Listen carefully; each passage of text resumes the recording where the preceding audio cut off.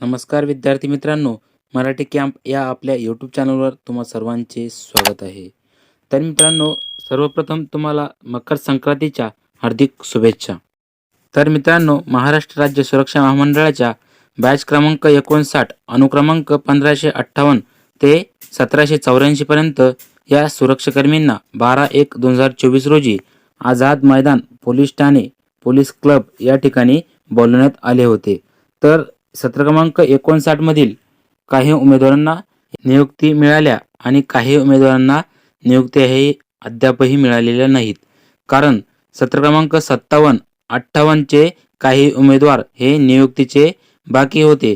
त्यामुळे सत्र क्रमांक 59 मधील 1631 पर्यंत या उमेदवारांना नियुक्ती ह्या मिळालेल्या आहेत. त्यानंतर 1785 पर्यंत म्हणजेच 1631 ते 1785 पर्यंत उमेदवारांचे डॉक्युमेंट हे संपूर्णरित्या यशस्वीरित्या करून घेतलेले आहेत. त्यानंतर त्यांना मेसेज येऊन नियुक्त्या देण्यात येणार आहेत.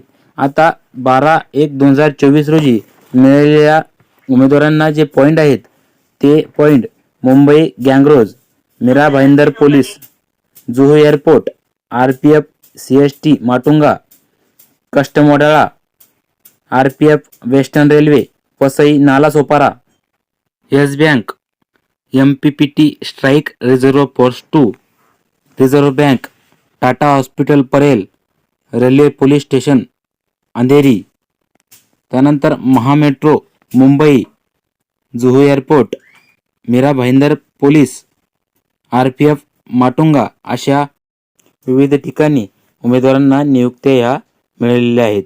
आणि जे राहिलेले उमेदवार आहेत त्यांना लवकरच नियुक्ती मिळणार आहेत.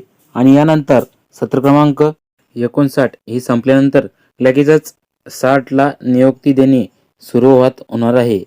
60 आणि 61ला यानंतर नियुक्ती भेटणार आहे.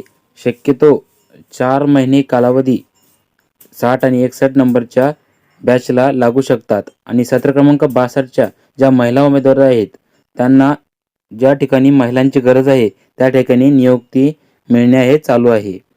तरी 12 तारखेला 100 महिला उमेदवारांना नियुक्त्या ह्या देण्यात आलेल्या आहेत. आणि यानंतर सत्र क्रमांक 63 नंबरचे जे उमेदवार आहेत, ज्या मुलांचे पोलीसला वेटिंग असल्यामुळे त्यांचे डॉक्युमेंट झालेले आहेत, त्यांना सुद्धा ट्रेनिंगला लवकरात लवकर बोलण्यात हे येणार आहे. अशी ही माहिती होती. व्हिडिओ तुम्हाला आवडला असेल तर व्हिडिओला सबस्क्राईब करायला विसरू नका.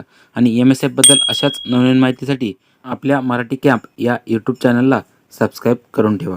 व्हिडिओ शेवटपर्यंत बघितल्याबद्दल धन्यवाद.